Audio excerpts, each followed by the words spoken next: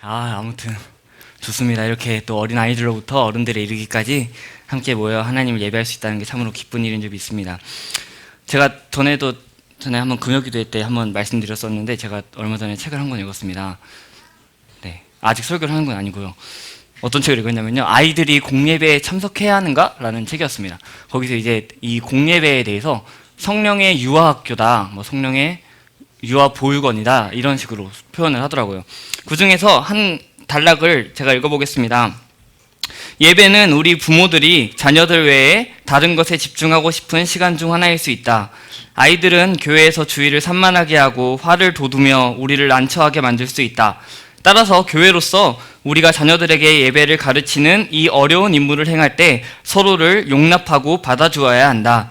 나이 든 성도들은 젊은 성도들을 격려해 주어야 한다. 부모가 훈육을 위해 아이를 밖으로 데리고 나가는 경우에 우리는 짜증내지 말고 자녀를 예배자로 양육하려는 부모의 노력을 보고 격려받아야 한다. 자녀들과 함께 예배드리는 것은 어렵고 종종 매우 지치는 일이기도 하지만 그것은 바람직한 일이다. 당신의 인내를 보상해줄 영적 축복들을 바라보라. 주의 날의 목적을 기억하라. 그러면 아이들과 함께 예배드리는 이 땅의 일시적인 어려움들을 영원한 하나님 나라의 관점에서 바라볼 수 있을 것이다. 주의 날은 단지 이 땅에서의 일시적 육체적 휴식을 위한 날에 불과한 것이 아니다, 라고 써 있었습니다. 네, 우리 아이들이 함께 예배하는 이 시간을 또 우리 아이들이 좀 소란스러워도 이렇게 인내하시고 잘 참아주시고 여러분들의 이 예배하는 모습을 아이들이 보고 또 잘하며 그들이 예배의 소중함을 또 알고 이 예배가 어떠한 시간인지 배울 수 있을 것 같습니다. 네, 우리 아이들이 지금 저렇게 화장품을 이렇게 들고 뭔가 하는 것 같긴 한데, 네, 두십시오. 네, 아이들이 좀 소란할 수도 있지만, 네, 아무튼 이렇게 함께 예배하는 게 참으로 좋은 것 같습니다. 우리 함께 기도하고 말씀 듣겠습니다. 하나님 감사합니다. 우리를 이 시간에 부르시고 하나님을 찬송하며 또 하나님께 예배할 수 있도록 허락하시니 감사합니다. 하나님, 특별히 오늘 이 시간에 특별한 찬송으로 하나님께 영광 돌린 7구역 가운데 주님께서 함께하여 주십시오. 아이들이 자라나게, 아이들을 양육함에 있어서 하나님께서 우리를 양육하듯 그렇게 사랑으로 인내함으로 잘 양육하게 하시고, 또한 어린 아이들이 자라나서 하나님 나라의 일꾼으로, 하나님 나라의 백성으로 하나님의 그 자녀로서 바르게 자라날 수 있도록, 또 하나님의 축복과 은혜를 마음껏 누리는 자녀들이 될 수 있도록 주님께서 인도하여 주십시오.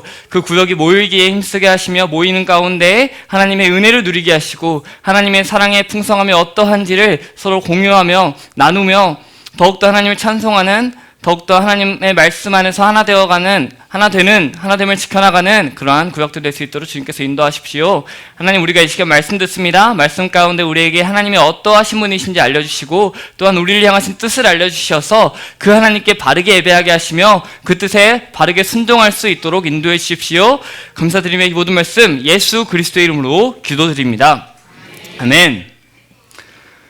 네, 성경은 이제 하나님이 우리의 하나님이 되시고 우리는 그분의 백성이 된다라는 이 아름다운 관계로, 하나님의 하나님 되심과 우리의 하나님 백성됨의 이 관계로 하나님과 사람을 이야기합니다. 그래서 우리는 이 땅에서 하루하루 살아가고 있지만 하나님 나라 백성으로 하늘에 속한 자죠. 그래서 빌립보서 3장 20절의 말씀대로 우리의 시민권이 하늘에 있습니다. 그러나 우리가 하나님 나라 백성이라고 하지만 이 땅에 하나님 나라 백성으로서 살기가 참으로 힘듭니다. 이게 딱 예수님 믿고 바로 그냥 천국이 딱 임해서 영원하게 행복하게 살면 좋을 텐데, 주님이 다시 오시는 그날까지 이 땅에서 고난과 고통과 어려움과 모든 삶을 살게 하십니다. 오늘의 본문이 담긴 이 요한계시록은 소망의 복음이 담겨 있는 내용입니다. 그러니까 당시에 살아가던 그 그리스도인에게 오실 그리스도를 기대하고 주님과 함께 누릴 영원한 생명을 소망하게 만드는 책입니다. 그래서 어두운 현실, 그들이 살아가고 있는 그 현실, 그 속에서 어두움 가운데에서 한 줄기 빛을 바라보며 주님께서 다시 오심을 바라보며 영원한 생명을 소망하게 하기 위한 책입니다. 즉, 성도들을 향해서 힘내십시오, 파이팅입니다 라고 외치고 있는 것입니다. 오늘의 본문은 이 당시의 백성에게도 소망이 되지만 고난과 어두움의 삶을 사는 우리에게 위로가 되고 최종적으로 하나님 나라 백성으로서 우리가 가질 소망에 대해서 묘사하고 있습니다.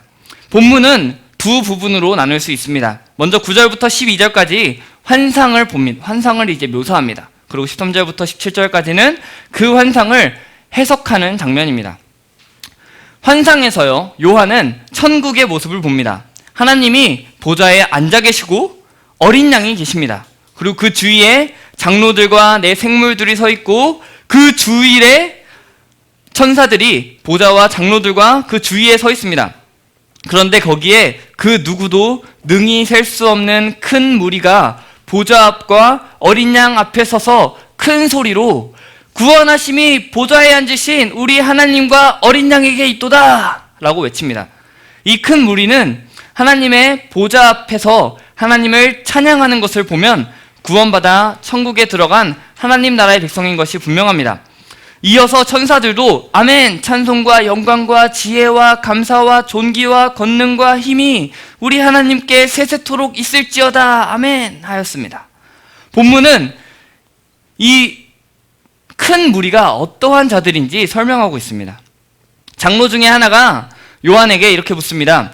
이 흰옷 입은 자들이 누구이며 또 어디서 왔느냐라고 묻고 요한이 대답하기도 전에 자신이 스스로 대답합니다. 그리고 이 질문과 대답에서 천국 백성, 하나님 나라 백성이 어떠한 표지를 가지고 있는지를 볼 수 있습니다. 이 세상에는 무언가 이 하나와 다른 하나를 구별하기 위한 표지가 있습니다. 땅의 소유권을 구별하기 위해서 국경이 있고 울타리가 있고 표시가 있죠. 상품에는 브랜드가 있습니다. 그래서 어느 회사 제품인지 구별하는 표지가 되죠. 가축을 구별하기 위해서는 말의 엉덩이에 낙인을 찍기도 하고 소의 귀에 구멍을 뚫고 이렇게 인식표를 답니다. 그리고 또 다른 동물에게는 이렇게 칩을 심어서 이 동물이 어떤 동물이다 등록증을 딱 심어주기도 합니다. 이러한 표지는 사람에게도 있습니다. 고대 노예에게는 코를 뚫거나 몸에 문신을 새기거나 낙인을 찍어서 이 사람이 누구의 노예이다 이런 것을 구별했습니다. 그리고 오늘날에는 어느 나라의 백성인지 구별하기 위해 국적이 있고 그 주민등록증 이런 것도 있죠. 그리고 각 다른 나라로 들어오기 위해서는 허가를 받습니다. 성경을 보니까 이렇게 어느 나라 백성인가를 구별하기 위한 표지가 하늘에도 있음을 알 수 있습니다. 즉 하나님 나라 백성인지 아닌지 구별하는 표지가 있다는 말입니다. 먼저는 이런 거죠. 오전 예배 때 들으셨던 대로 요한복음 13장 35절은 제자의 표지로 사랑을 말했죠. 더불어서 오늘 본문은 하나님 나라의 백성의 표지로 두 가지를 말하고 있습니다. 하나는 흰 옷이며 다른 하나는 환란입니다. 각 표지를 먼저 자세히 보겠습니다. 먼저 하나님 나라의 백성의 첫 표지는 흰 옷입니다. 하나님의 보좌와 어린 양 앞에 서서 큰 소리로 외치는 큰 무리가 모두 흰 옷을 입고 있습니다. 9절과 13절과 그리고 14절에서 큰 무리가 흰 옷을 입고 있음을 말하면서 흰 옷을 입어야 함을 강조합니다. 바로 이 흰 옷이 그들이 하나님의 백성임을 나타내는 표지입니다. 그들은 어린 양의 피에 옷을 씻어 희게 하였기에 천국에 들어갈 수 있습니다. 그런데 우리는 이 어린 양의 피에 옷을 씻어 희게 만들었다는 이 말을 다시 한번 생각을 해봐야 됩니다. 그러니까 피에 옷을 씻어서 희게 한다는 이 말이 쉽게 이해되지는 않는 거죠. 상식적으로 볼 때 보통 피는 빨갛고 그럼 빨간 것에 옷을 씻으면은 빨개져야 합니다. 근데 빨간 피에 옷을 씻었는데 흰색이 된다는 것은 상식적으로 이해할 수 없습니다. 결국 이것을 상징적인 의미로 이해할 수 있습니다. 이 의미에 대해서 한번 생각해 봅시다. 먼저 어린 양입니다. 어린 양의 피에 옷을 씻어 희게 한 거죠. 어린 양은 요한복음 1장 29절에서 세례 요한이 예수님을 보고 이렇게 말합니다. 보라, 세상 죄를 지고 가는 하나님의 어린 양이로다 라고 말했죠. 베드로 사도도 그랬고 사도 요한도 이 예수님을 가리켜서 어린 양이라고 말합니다. 즉 옷을 희게 하는 그 피의 주인은 피의 주인인 어린 양은 예수님이십니다. 그렇다면 피는 무엇일까요? 성경에서 보통 이 피는 생명을 의미합니다. 따라서 피를 흘렸다는 것은 생명을 내어준 죽음을 의미합니다. 지금까지의 것을 조합해보면은 어린 양의 피는 결국 예수 그리스도의 죽으심을 말합니다. 다음으로 흰 옷입니다. 이 흰 옷은요, 씻어서 희게 된 옷입니다. 그러니까 성경에서 이 씻음은 또한 성결하게 하는 것을 말하죠. 즉 그들이 씻어서 희게 된 옷을 입은 것은 그들이 성결하고 거룩하게 되었다는 것을 말하고 있습니다. 그런데 우리가 생각해 볼 수 있는 것은 씻어서 희게 되었다면은 씻기 전의 상태가 어땠느냐는 겁니다. 그러니까 이전 상태가 희었다면은 굳이 또 씻어서 희게 할 필요가 없는 거죠. 이전에 희지 않았기 때문에 이제는 씻어서 희게 하는 것입니다. 이 희지 않은 더러운 옷은 바로 인간의 불의를 말합니다. 이사야 64장 6절에서 이렇게 말합니다. 대저 우리는 다 부정한 자 같아서 우리의 의는 다 더러운 옷 같다 라고 말합니다. 따라서 이 더러운 옷은 인간의 불의, 인간의 죄를 의미하며 그 옷을 벗기는 것은 죄를 제거함을 말합니다. 성경은 분명히 모든 사람에 대해서 죄를 지었고 의인은 없으며 단 한 사람도 없다라고 말합니다. 즉 모든 사람이 다 더러운 옷을 입고 있는 것입니다. 그 결과 우리는 원래 모든 인간은 하나님의 진노의 심판을 받아 지옥에 떨어져야만 합니다. 모든 인간이 단 한 명도 예외 없이 다 이러한 죄의 문제 앞에 있습니다. 그러나 본문은 이 더러운 옷이 흰 옷으로 변화된 것을 말합니다. 바로 어린 양이신 예수님의 피에 그 더러운 옷을 씻어서 희게 했기 때문입니다. 예수 그리스도로 인해서 죄가 제거되었습니다. 이 사실이 바로 그리스도께서 죄인을 대신하여 죽으신 그 죽음이 주는 속죄, 우리의 죄의 값을 대신 치르신 것에 대한 완벽한 효력입니다. 예수님의 피가 참으로 사람들의 죄를 깨끗하게 합니다. 그래서 요한이 계시록을 시작하면서 이제 삼위 하나님에 대해서 설명합니다. 삼위 하나님의 성부, 성자, 성령 하나님을 소개할 때, 그 중에서 예수님을 소개할 때 이렇게 소개합니다. 우리를 사랑하사 그의 피로 우리 죄에서 우리를 해방하셨다라고 예수님에 대해서 말하고 있습니다. 또한 5장 9절에서 일찍 죽임을 당하사 각 족속과 방언과 백성과 나라 가운데서 사람들을 피로 사서 하나님께 드리셨다라고는 말하고 있습니다. 이 피의 효력에 대해서 베드로전서 1장 18절 19절로 잘 말하고 있습니다. 이렇게 말합니다. 너희가 알거니와 너희 조상들이 물려준 헛된 행실에서 대속함을 받은 것은 은이나 금같이 없어질 것으로 된 것이 아니요 오직 흠 없고 점 없는 어린 양 같은 그리스도의 보배로운 피로 된 것이니라 라고 말하고 있습니다. 이 세상에 있는 모든 것은 아무리 귀한 은과 금이라고 할지라도 썩어 없어지는 거죠. 그러나 예수님의 피는 썩고 부패하여 없어지는 것이 아닙니다. 베드로의 말처럼 예수님의 피는 점도 없고 흠도 없이 순결하고 완전합니다. 그렇기 때문에 예수님의 피는 결코 썩지 않고 부패하지 않는 것입니다. 그래서 우리의 속죄와 우리의 구원이 취소되거나 파기되거나 폐지되거나 무효가 될 수 없는 것은 우리의 속죄와 구원이 아무 흠도 없고 영원한 예수 그리스도의 보배로운 피로 이루어졌기 때문입니다. 우리는 영원히 그 피의 능력으로 살아갈 수 있습니다. 그래서 우리가 찬송하죠. 주의 보혈 능력이 있도다. 주의 피 믿으오. 주의 보혈 그 어린 양의 매우 귀중한 피로다 라고 노래하는 것이 바로 이 영원한 피 때문에 우리가 살아갈 수 있고 우리가 구원받았고 영원히 그 생명을 누릴 수 있다는 것입니다. 하나님 나라 백성은요, 어린 양이신 예수 그리스도께서 나의 죄를 위해 피 흘려 죽으셨으며 그 피로 인해서 더러운 내 죄가 깨끗하게 씻겨서 희게 되었다는 것을 믿는 사람입니다. 하나님의 백성이 되어 천국에 갈 수 있는 유일한 길은 예수 그리스도께서 나의 죄를 대신 지시고 십자가에서 피 흘려 죽으셨다는 것을 믿는 것이죠. 그래서 구원은 인간의 어떠한 행위로서 살 수 있는, 인간이 무언가를 해서 살 수 있는 저렴한 것이 아닙니다. 오직 하나님의 독생자이신 예수 그리스도의 피로만 살 수 있는 보배로운 것입니다.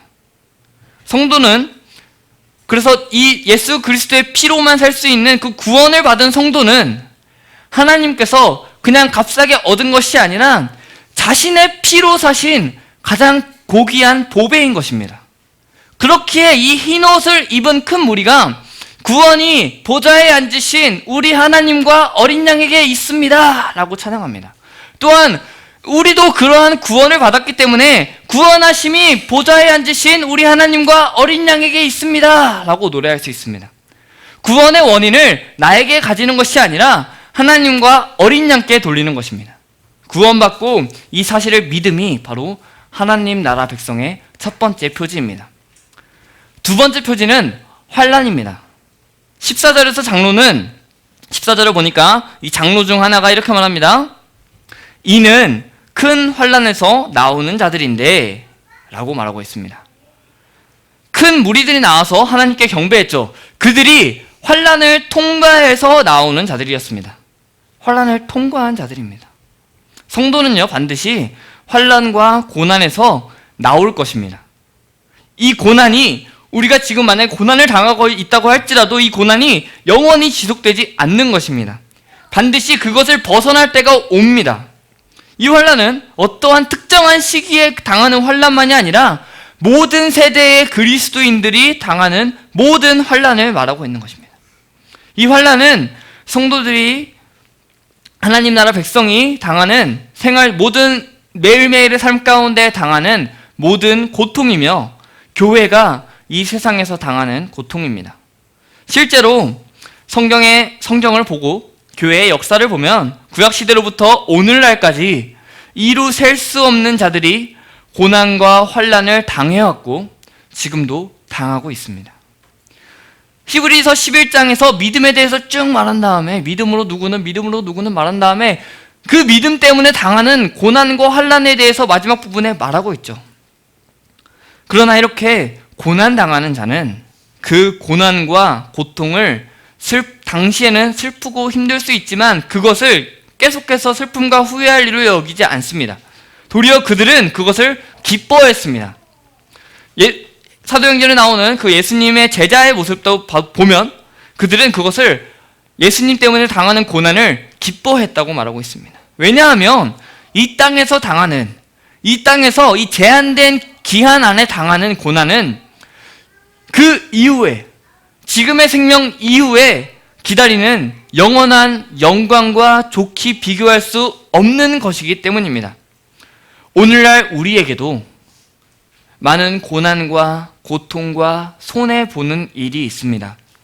이는 우리가 믿음이 없어서나 죄를 지어서가 아니라 우리가 하나님 나라 백성이기 때문에 오는 것입니다. 하나님이 계시지 않아서가 아니라 우리의 생각으로는 도저히 상상할 수 없이 탁월한 그 하나님의 계획이 있는 것입니다.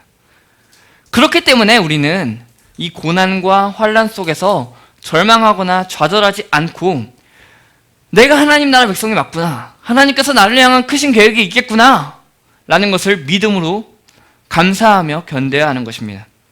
우리는 지금 그 고난을 통과하는 중입니다. 힘을 내고 인내하십시다. 이 요한계시록 저자도 요한계시록의 독자에게 너희가 지금 당하는 고통, 이것을 통과한 이후에 영원한 생명이 있고 영원한 만족이 있고 영원한 나라에서 하나님을 예배할 것이다 라고 오늘 본문에서 말하는 것처럼 우리도 언젠가는 우리 하나님께서 이 고통을 통과한 이후에 고통에서 건지시고 하나님 앞에서 영원토록 예배하며 안식을 누리게 하실 것입니다. 그렇다면 이 환난을 이길 능력이 어디 있냐는 겁니다. 이 능력이 우리 자신에게 있으면 우리는 넘어지고 말 것입니다. 환난 가운데서 견딜 힘이 우리에게 있었다면 그것은 실패할 수밖에 없습니다. 오직 하나님의 구원에 있습니다. 바울은 로마서 8장에서 이렇게 말합니다. 누가 우리를 그리스도의 사랑에서 끊으리요? 환난이나 곤고나 박해나 기근이나 적신이나 위험이나 칼이랴. 기록된 바 우리가 종일 주를 위하여 죽임을 당하게 되며 도살당할 양같이 여김을 받았나이다 함과 같으니라. 그러나 이 모든 일에 우리를 사랑하시는 이로 말미암아 우리가 넉넉히 이기느니라. 아멘. 이 말씀대로 그 어떠한 환난이 있을지라도, 고통이 있을지라도 우리 하나님께서, 우리의 구원을 시작하신 그 하나님께서 우리를 저 천국에까지 인도하시는 것입니다. 이것이 우리의 소망입니다. 이렇게 하나님 나라 백성된, 즉 흰 옷을 입고 고난, 큰 환난을 통과해서 나온 그 결과는 무엇일까요? 이것은 바로 우리에게 소망이 되는 것입니다. 15절 이후에 그 결과가, 그리고 우리의 소망이 되는 것이 등장합니다. 먼저 우리는 하나님의 보좌 앞에 있을 것입니다. 즉 하나님 앞에 서게 됩니다. 하나님이 당신의 백성과 함께 거하십니다. 또한 그냥 앞에 서 있는 것이 아니라 그들 위에 장막을 치실 거라고 말합니다. 그리고 성전에서 밤낮 하나님을 섬긴다고 말합니다. 여기서 성전은 그 백성들 가운데 나타나신 하나님의 임재죠. 하나님께서 그들과 함께 머무신다는 겁니다. 그들이, 그 고난을 통과한 자들이, 우리가 영원한 그 하나님 나라에서 하나님을 섬깁니다. 하나님을 예배하는 겁니다. 흰옷 입은 천국 백성이 모든 환난을 이겨내고 영원한 안식에 들어가서 하나님 나라를 기업으로 받고 영원히 하나님과 어린 양을 경배하며 섬기는 즐거움을 누리게 됩니다. 그런데 이렇게 말하면은 어떤 이들은 하나님 앞에서 예배하는 게 무슨 유익인가, 무슨 즐거운 일인가, 난 이렇게 졸리기만 하고 재미도 없는 걸, 이렇게 생각하는 중고등부 애들이 있을 수 있습니다. 그렇기 때문에 우리는 이곳에서 예배함을 통해서 그 하나님을 예배하는 것이 얼마나 즐거운 일이고 하나님을 예배함이 얼마나 소중한 일인지, 귀중한 일인지 이곳에서 맛보아 알아야 하는 것입니다. 그래서 우리는 이 땅에서 드리는 예배로 천국의 예배를 맛볼 수 있어야 되는 겁니다. 그걸 위해서 교역자들이 노력을 하고 또 함께 예배하는 자들도 노력을 해야 되겠죠. 네. 또한 이렇게 예배하는 하나님의 백성들에게 하늘의 온전하고도 영원한 복이 주어집니다. 16절의 말씀대로 16절과 17절을 한번 제가 읽겠습니다. 그들이 다시는 줄이지도 아니하며 목마르지도 아니하고 해나 아무 뜨거운 기운에 상하지도 아니하리니 이는 보좌 가운데에 계신 어린 양이 그들의 목자가 되사 생명수 샘으로 인도하시고 하나님께서 그들의 눈에서 모든 눈물을 씻어주실 것입니다. 아멘.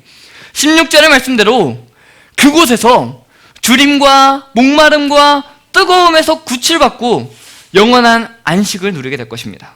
왜냐하면 이 17절에서는 왜냐하면이 원래 들어가는 거죠.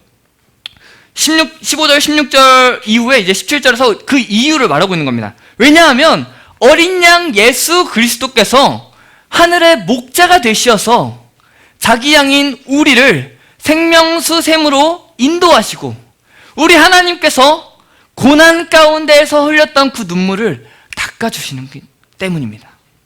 우리는 예수님께서 다시 오시는 그날에, 영원한 생명을 누리는 그날에 우리의 목자 되시는 예수 그리스도께서 우리를 생명수 샘으로 인도하시고 하나님께서 우리의 눈에서 모든 눈물을 씻어주실 것을 소망하며 살아가야 합니다.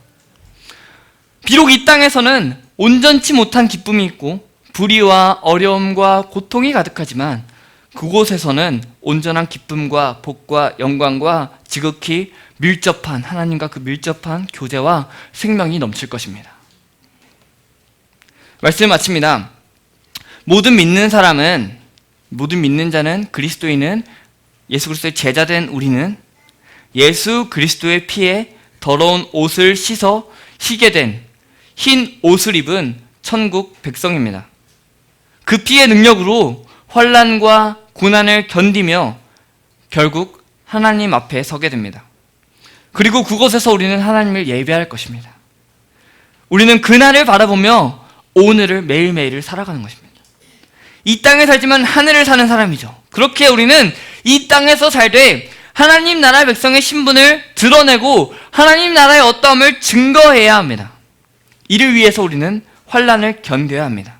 또한 하나님을 열심히 섬겨야 합니다. 그 섬김의 핵심이 예배입니다. 또한 우리는 그곳에서 배고픔과 갈증을 풀어줄 그 하나님께서 우리의 갈증과 배고픔을 풀어줄 것을 기대함으로 이 땅에서 하나님 나라의 모형이 되는 이 교회에서 그 하나님 나라를 미리 보여주는 자로서 사람들의 배고픔과 갈증을 풀어주고 애통하는 자를 위로하며 고통당하는 자의 눈물을 닦아주어야 합니다.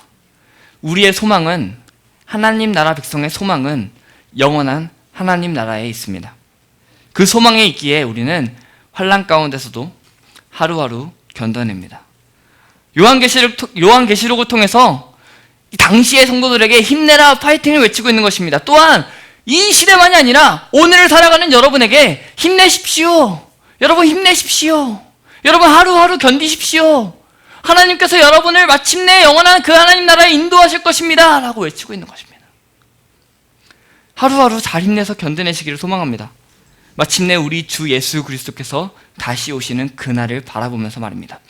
우리 시간 한번 서로를 바라보면서 이렇게 한번 외쳐봅시다. 파이팅 한번 해봅시다. 시작! 네, 파이팅입니다 여러분. 우리는 이 요한계시록을 그저 무서운 것으로만 볼 것이 아니라 우리를 향하여 주시는 그 소망의 복음임으로 받아들여야 합니다. 그리고 영원한 그 하나님 나라에서 우리는 영원토록 행복하게 살 것입니다. 그날을 바라보면서 하루하루 힘내시기를 바랍니다. 그렇게 하나님 나라의 백성으로 매일의 삶을 살아가시며 고난을 견디고 하나님을 섬기며 나만 누리는 것이 아니라 주위 사람들의 배고픔과 갈증을 풀어주고 애통하는 마음을 위로하며 고통당하는 자의 눈물을 닦아주는 삶을 살아가시는 저와 여러분의 삶이 되시기를 소망합니다. 그러한 여러분의 삶을 통해서 하나님이 드러날 것입니다. 또한 하나님이 영광을 받으실 것입니다. 또한 여러분들의 그 삶을 바라보시며 하나님께서 기뻐하실 것입니다. 그날까지 하나님께서 우리에게 힘주시고 서로가 서로에게 힘이 되어주시기를 소망합니다.